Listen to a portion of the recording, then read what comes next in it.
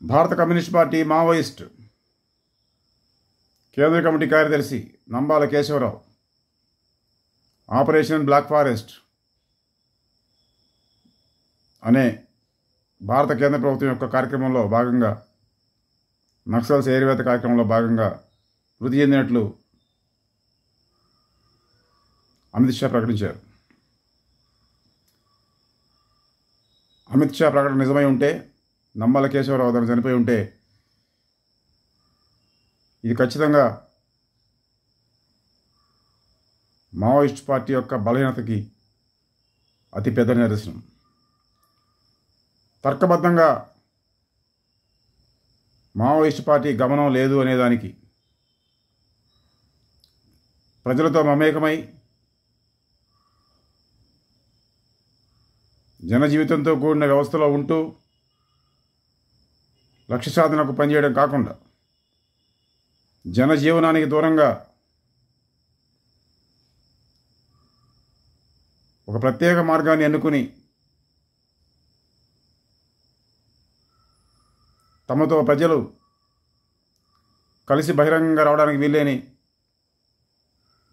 ఒక స్థితిలోకి నెట్టబడి ఆ విధంగా అంతర్ధానం కావడం అంటే తర్కం లేనితనానికి, కమ్యూనిజం చెప్పే గత్తార్కిక విధానానికి భిన్నమైనది. మావోయిస్ట్ పార్టీ నేత 2008లో ఎన్కౌంటర్ అయినప్పుడు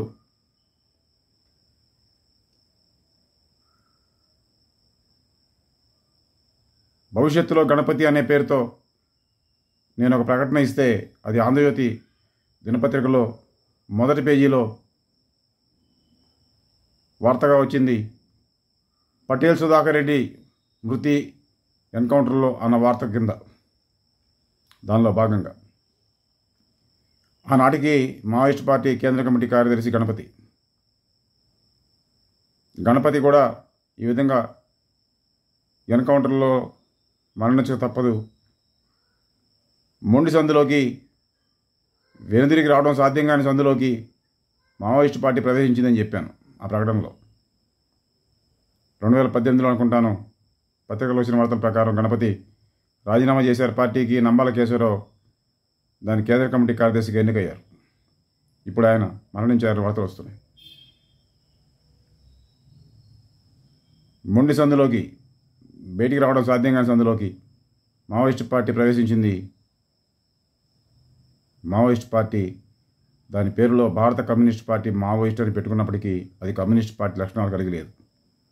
కమ్యూనిస్ట్ పార్టీ అంటే తర్కబద్ధంగా దాని గమనం, దాని గమ్యాన్ని చేరే వరకు ఎక్కడ ఆగకుండా నిరవధికంగా ప్రజలతో ముడిపడి సాగేటువంటిది.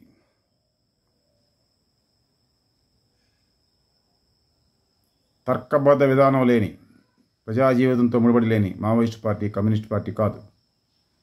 అదేవిధంగా 2026 కల్లా మావోయిస్ట్ పార్టీని అంతం చేస్తాం, నక్సలైట్ని అంతం చేస్తామని చెప్పి అమిత్ షా చెప్తున్నారు.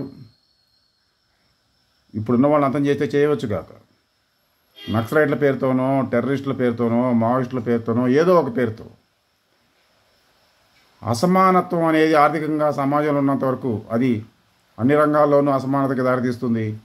ఆర్థిక అసమానతలు ఉన్నంత వరకు, ఉత్పత్తికి పంపిణీకి మధ్య వైరుధ్యం ఉన్నంత వరకు, సమాజం మొత్తంలోని వారి చేత ఉత్పత్తి చేయబడుతూ ఆ ఉత్పత్తి కొద్ది మందికి ఎక్కువగా, కొద్ది మందికి తక్కువగా పంపిణీ కాబడుతున్నంత వరకు ఏదో ఒక మేరకు అసంతృప్తి ఉంటుంది. ఆ అసంతృప్తి ఖచ్చితంగా సమానత్వం కోసం ప్రయత్నం చేసే విధంగా, పోరాటం చేసే విధంగా ముందుకెళ్తుంది.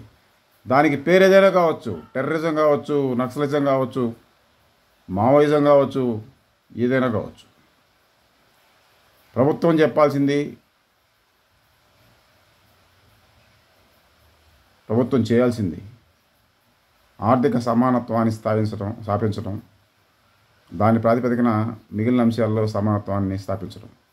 అది కానంత వరకు దాని విపరిణామాలు ఉంటూనే ఉంటాయి. మావోయిస్ట్ పార్టీ లాంటివి తెలుసుకోవాల్సింది వాళ్ళు వెళ్తున్నది సరైన గమనం కాదు. సరైన గమనం కానిది దాని గమ్యాన్ని ఎప్పుడూ చేర్చలేదు. భారతదేశానికి సంబంధించినంతవరకు మావోయిస్ట్ పార్టీ వైఖరి ఖండించాల్సింది. భారతదేశానికి సంబంధించినంతవరకు కేంద్ర ప్రభుత్వం వైఖరి ఖండించాల్సింది. జరగాల్సింది ఏంటంటే ఉత్పత్తికి పంపిణీకి మధ్య సమతుల్యత. ప్రతి ఒక్కరి నుంచి సమాజ అవసరం మేరకు ఉత్పత్తి చేసుకోవడం, ప్రతి ఒక్కరికి వ్యక్తిగత అవసరం మేరకు పంపిణీ చేసుకోవడం, ఇదే సూత్రం. ప్రపంచంలో అత్యుత్తమ పుస్తకం అని చెప్పినటువంటి నా పుస్తకంలో చెప్పినటువంటి ఆర్థిక సూత్రం ఇదే. ఈ ఆర్థిక సూత్రమే విశ్వం ఉన్నంత వరకు ఉత్తమ ఆర్థిక సూత్రం. ప్రపంచ ఆర్థిక శాస్త్రంలో, ప్రపంచ తత్వశాస్త్రంలో వచ్చినటువంటి అత్యుత్తమ ఆర్థిక సూత్రం, అత్యుత్తమ తత్వశాస్త్రం, అత్యుత్తమ తత్వ సూత్రం. అభయ దేశం ఒక అవసరం, అభయ ప్రపంచం ఒక అవసరం, అభయ కలకాల వర్ధులను కాక.